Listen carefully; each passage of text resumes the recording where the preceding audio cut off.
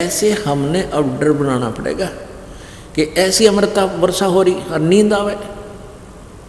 ये भी एक काल का भयंकर जाल है। ऐसा बढ़िया मौसम, ना गर्मी है ना सर्दी है, ऊपर परमात्मा की दया है, पंखे चल रहे हैं और अमृत वर्षा हो रही है। तो ध्यान से सुनो इस परमात्मा की प्यारी वाणी को। ये को बालकों का खेल नहीं, इतनी व्यवस्था कर रखी भक्तों ने आपके लिए, कितना बड़ा सेट बनाया है, ऊपर पंखे ला कर धर दिए, 2 महीने 1.5 के अंदर सबके में जचा कर रख दिया परमात्मा कबीर जी की दया से। इसीलिए कि प्यारी आत्मा यहाँ आएंगी, परमात्मा का ज्ञान सुनेंगी, अपने भगवान को पहचान के यहाँ से कल्याण करवा जाएंगी। कितना पुण्य होगा उन पुण्य आत्माओं ने जिन्होंने इसमें सहयोग दिया सेट बनाने में, यहाँ सारी व्यवस्था बनाने में। तो उसका लाभ आपने पूर्ण उठाना है। तो ध्यान से सुना करो। एक बच्चा 16 वर्ष पढ़ता है लगातार, वही पुस्तक होती है, वही ज्ञान होता है मिलता जुलता, और तब कितने पेट रोजी रोटी नौकरी का उसका जुगाड़ बनता है। और इसी प्रकार आप जी को ये दास यहाँ ट्यूशन पढ़ा रहा है, ये समझ लो, एक स्कूल समझ लो। और यहाँ महीने में 6 दिन 3 दिन दो सत्संग हम करते हैं 3-3 दिन के, इसमें एक आधे को अटेंड जरूर कर लिया करो। इससे में आपका काम बन जाएगा। अपना धंधा भी करो, लेकिन ये ज्ञान बहुत ध्यान सावधानी से सुनो। अब ये पवित्र पुराण अपने घर पर रखी रहती थी, पढ़ते भी थे, पढ़ने लगते इतना पता नहीं क्यों अगला पढ़ते इतना पिछला भूल लेते, कुछ भी पल्ला नहीं पड़ा करती। अब परमात्मा ने इसी दया कर दी, बाईपास काट दिए। जो हमने आवश्यक वस्तु है वो पढ़ लेंगे, बाकी छोड़ देंगे, क्योंकि ये तो एक जड़ी, जैसे जंगल होता है वन, उस वन में तो वैद वो जड़ी तो सारी है ठीक से, लेकिन जो उसने औषधि के लिए चाहिए अपनी, वो औषधि से के लिए वो जड़ी निकाल लाता है और दवाई बना देता, रोग काट देता है। तो दास ने वो औषधि निकाल ली, वो जड़ी निकाल ली और औषधि कूट कर बना ली। आपको उसका प्रमाण दे रहा हूँ कि कहाँ से निकाल ली वो जड़ी, ये देखना।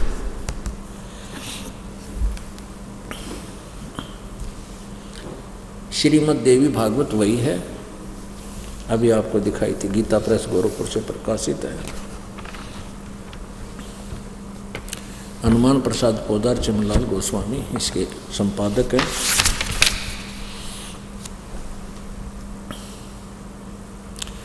अब आपको क्या सुनाना चाहता है ये दास,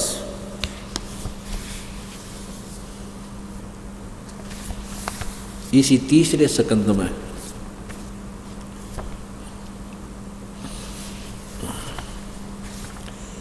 पहले आपको मौखिक बताता हूँ, फिर बहुत आसानी से आप समझ जाओगे। जन्मे जे कौन थे? ये अभिमन्यु के पौत्र थे, राजा परीक्षित के पुत्र। तो जन्मेजय ने व्यास जी से पूछा कि हे भगवान, इस ब्रह्मांड की रचना किसने की? कोई तो कहता विष्णु ने की, कोई कह शंकर ने की, कोई कह फलाने ने की, विष्णु ने की, कोई ब्रह्मा का नाम लेता है।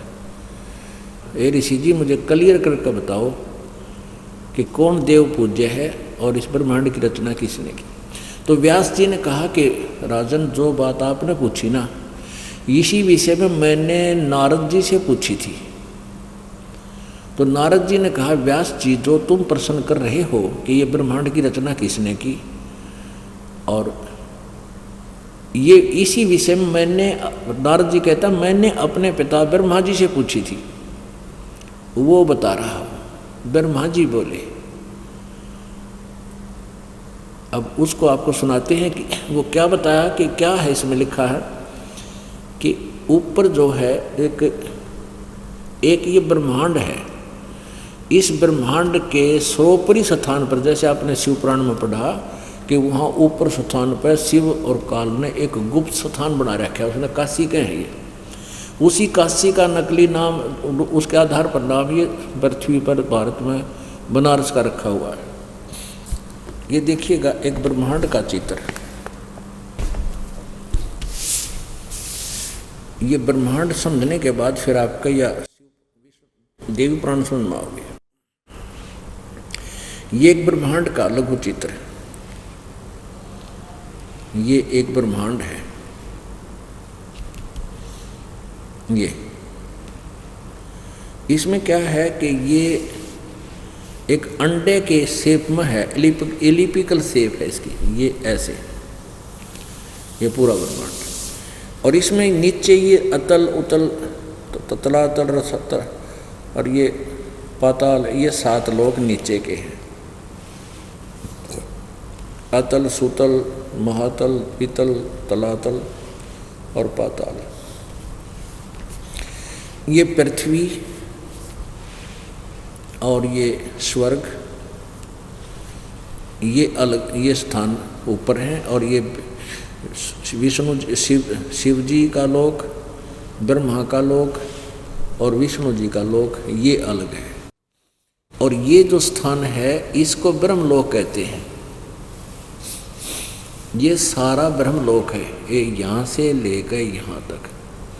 इस ब्रह्मलोक को भी इस काल ने डिवाइड कर रखा है। इसमें नकली सतलोक, ये देख, एक तो महाइंद्र का द्वीप बना दिया, इसके ऊपर नकली सतलोक, नकली अलकलोक, नकली अगमलोक और नकली अनामी लोक की रचना की। इसी के ऊपर इसने ये 3 स्थान गुप्त बना रखे हैं। ये तो रजोगुण प्रधान क्षेत्र है, ये रजोगुण प्रधान क्षेत्र है। और ये काल यहाँ माँ ब्रह्मा रूप में रहता है और दुर्गा को महासावित्री रूप में रखता है। और ये यहाँ एक, ये तमोगुण प्रधान क्षेत्र है, ये स्वयं शिव रूप धारण कर लेता है इस रूप में और दुर्गा को पार्वती रूप में रखता है। और ये एक सतोगुण प्रधान क्षेत्र है, इसमें ये महाविष्णु रूप में स्वयं रहता है, दुर्गा को महालक्ष्मी रूप में रखता है। तो जब ये, अब ये जो सावित्री और ब्रह्मा रूप में यहाँ रहते हैं, इन दोनों के संयोग से जो पुत्र उत्पन्न होता है वो ब्रह्मा जैसी शकल का हो जाता है। उसका नाम भी वो ब्रह्मा रख देते हैं और वो रजोगुण युक्त हो जाता है। और फिर ये दूसरे नंबर पर सतोगुण प्रधान क्षेत्र में ये दोनों पति पत्नी रूप में रहते हैं, ये विष्णु रूप धारण कर लेता है। तो इस लक्ष्मी के संयोग से जो तो पुत्र उत्पन्न होता है वो विष्णु जैसा ही हो जाता है, इस रूप का हो जाता है, उसका विष्णु नाम रख देते हैं। और यहाँ जो तमोगुण प्रधान क्षेत्र में ये काल शिव रूप धारण कर लेता है ऐसा, और पार्वती को, दुर्गा को पार्वती रूप बना लेता है। इन दोनों के संयोग से जो पुत्र उत्पन्न होता है वो इसी की रूप का हो जाता है और उसको शिव नाम रख देता है, महेश्वर, और वो तमोगुण युक्त होता है।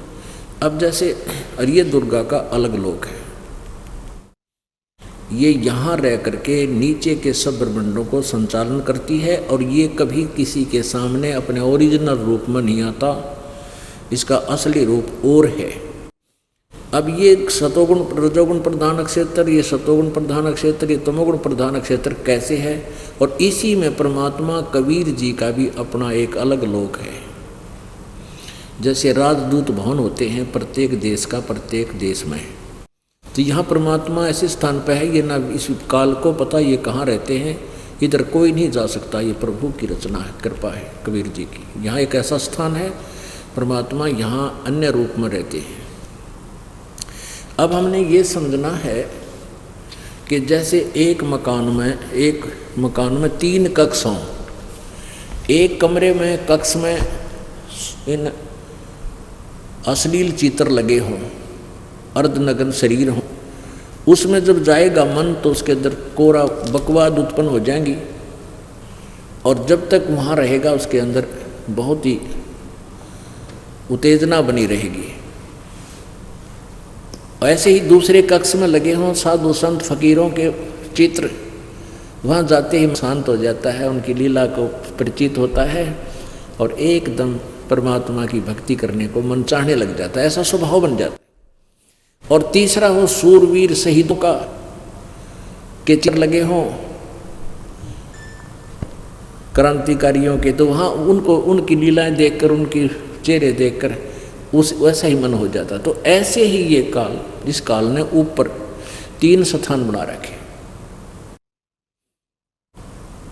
और जब रजोगुण प्रधान क्षेत्र में रहता है, दुर्गा को वहाँ साथ रखता है, पति पत्नी व्यवहार में रहते हैं, तो वहाँ ये 4-5 मुख आ लेता है और वैसा ही पुत्र उत्पन्न हो जाता है और रजोगुण युक्त हो जाता है, उसका नाम ब्रह्मा रख देता है।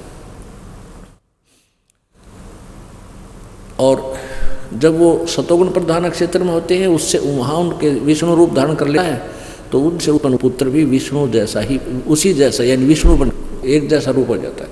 उसका नाम विष्णु और सतोगुण हो जाता है, रख देते हैं। ऐसे ही तमोगुण प्रधान क्षेत्र में ये होते हैं।